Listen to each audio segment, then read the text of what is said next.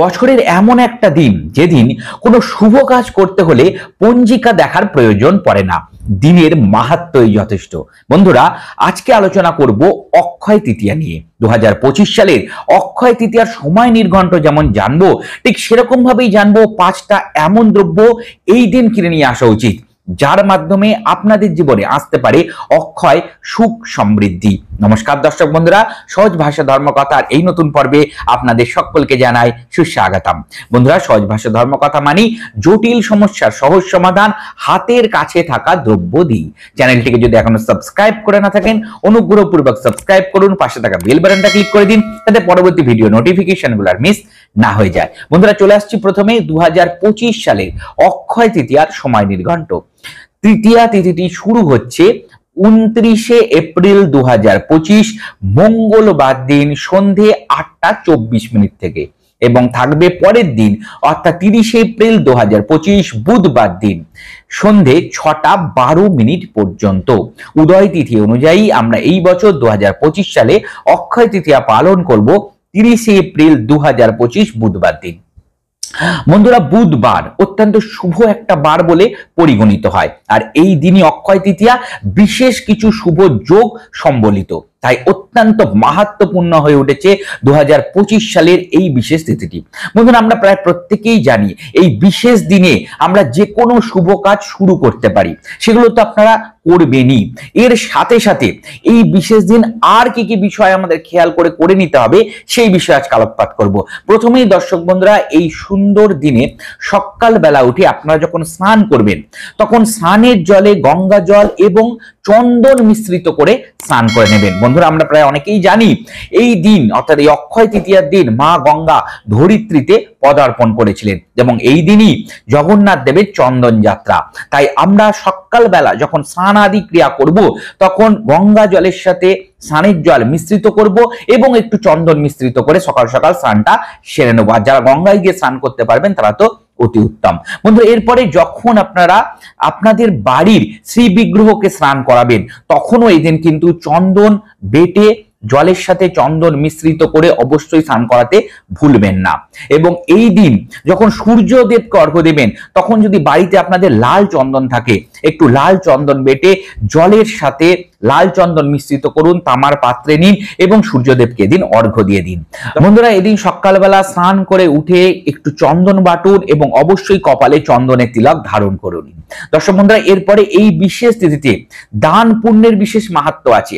এই দিন অবশ্যই গরমকালে যে সমস্ত জিনিস উপযোগী সেই জিনিস দান করা উচিত, যেমন ছাতা, চটি জুতো, জল বা গ্লুকন্ডি, এই জাতীয় যেগুলো গরম থেকে মানুষকে আরাম দেয় সেই জাতীয় দ্রব্য দান করা উচিত। এছাড়া অন্ন এবং চাল মানে চাল ডাল ইত্যাদি যেগুলো সেই জাতীয় দ্রব্য আপনারা দান করতে পারেন, বস্ত্র আপনারা দান করতে পারেন।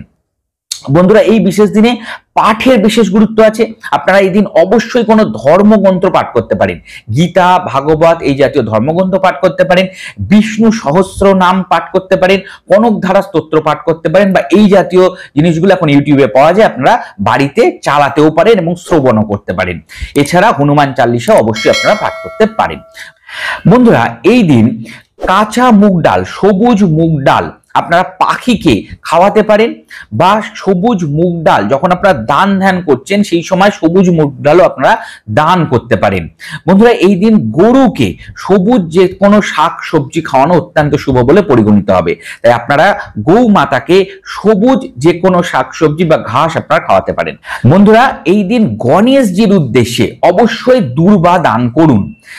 এছাড়া যখন আপনারা দূর্বা দান করবেন অর্থাৎ দূর্বা হাতে নেবেন তখন ওং গাং গণেশায় নমঃ, ওং গাং গণেশায় নমঃ 108 বার জপ করুন এবং দূর্বা গণেশজিকে নিবেদন করে দিন। বন্ধুরা, এবার আলোচনা করব যে বিশেষ 5টা দ্রব্য অক্ষয় তৃতীয়ার দিন বাড়িতে অবশ্যই আপনাদের কিনে নিয়ে আসা উচিত অক্ষয় সুখ স্বাচ্ছন্দ্য শান্তি লাভের জন্য।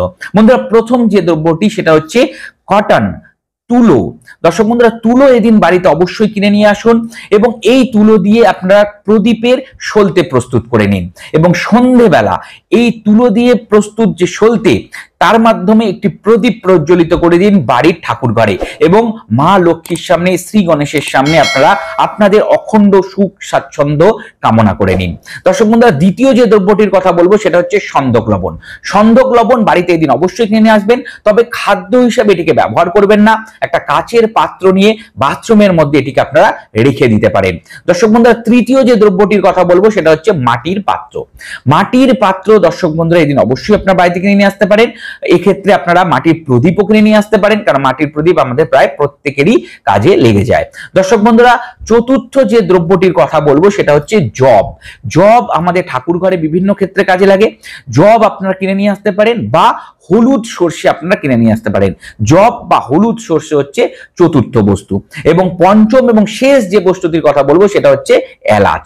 ছোট সবুজ এলাচ আপনারা অবশ্যই এদিন কিনে নিয়ে আসুন, এবং এলাচ আপনারা পান পাতার উপরে সুপরি এবং এলাচ দিয়ে মা লক্ষ্মীকে নিবেদন করে দিন, বা এদিন পায়েস রান্না করুন, তার মধ্যে একটু এলাচ দিয়ে মা লক্ষ্মীকে, বাড়ির যদি লাড্ডু গোপাল থাকে তাকে একটু নিবেদন করে দিন, এবং বাড়ির প্রত্যেকে এই দিন প্রসাদ হিসাবে গ্রহণ করুন। দর্শক বন্ধু, এই 5টা দ্রব্য অবশ্যই অবশ্যই এই দিন বাড়িতে আপনাদের কিনে নিয়ে আসা উচিত। আপনাদের সামর্থ্য অনুযায়ী যদি 5টাই পারেন 5টাই কিনুন, বা যতগুলো বেশি সম্ভব আপনারা এগুলো কিনে নিয়ে আসার চেষ্টা করুন। এছাড়া দর্শক বন্ধু, আমরা প্রায় প্রত্যেকেই যেটা জানি, এই দিন সোনা, রূপো, লক্ষ্মী কড়ি এই জাতীয় দ্রব্য বাড়িতে কিনে নিয়ে আসা শুভ। এগুলো আপনারা এদিনকে বাড়িতে কিনে নিয়ে আসতে পারেন। দর্শক বন্ধুরা, এই দিন কোন ধর্মগ্রন্থ আপনারা বাড়িতে কিনে নিয়ে আসতে পারেন, যেমন ধরুন মহাভারত, রামায়ণ, গীতা, ভাগবত ইত্যাদি। যদি আপনাদের প্রয়োজন হয় কোনো ধর্মগ্রন্থ আপনারা এদিন বাড়িতে কিনে নিয়ে অবশ্যই আসতে পারেন। দর্শক বন্ধুরা, আমরা প্রায় প্রত্যেকেই জানি অক্ষয় তৃতীয়ায় করা যে কোনো পুণ্য সেটা অক্ষয়ত্ব লাভ করে, তার জন্যই এই তিথির এত মাহাত্ম্য। কিন্তু তার সাথে সাথে এই দিন করা কোনো দুষ্কর্ম, তার যে কুপ্রভাব সেটা অক্ষয়ত্ব লাভ করে। তাই এই দিন খুব সাবধানে থাকুন, কোনো রকম ঝগড়া বিবাদে সংযুক্ত হবেন না, কোনো রকম তামসিক জাতীয় আহার গ্রহণ করবেন না, এবং কোনো খারাপ কাজের সাথে নিজেকে সংযুক্ত করবেন না। দর্শক বন্ধু, আশা করি সম্পূর্ণ বিষয়টি বোঝাতে সক্ষম হয়েছি এবং পর্বটি আপনাদের উপকারে লাগবে। যদি পর্বটা ভালো লেগে থাকে অবশ্যই একটা লাইক নামক উৎসাহিত করুন, এবং সহজ ভাষা ধর্মকথায় এরকম আরো পর্ব পেতে সহজ ভাষা ধর্মকথাকে সাবস্ক্রাইব করে পাশে থাকা বেল বাটনটা ক্লিক করে দিন, যাতে পরবর্তী ভিডিও নোটিফিকেশনগুলো আর মিস না হয়ে যায়। বন্ধুরা, আমাদের ফেসবুক পেজ সহজ ভাষা ধর্মকথা, ওখানে একটা লাইক দিয়ে রাখুন। হিন্দু ধর্মশাস্ত্র বিভিন্ন বিষয়, মন্ত্রতন্ত্র ওখানে নিয়মিত আলোচনা হয়ে থাকে। সকলে ভালো থাকবেন, সুস্থ থাকবেন। আগামী অক্ষয় তৃতীয়া শুভেচ্ছা অভিনন্দন সহ আজকের মতন বিদায় নিচ্ছি। নমস্কার।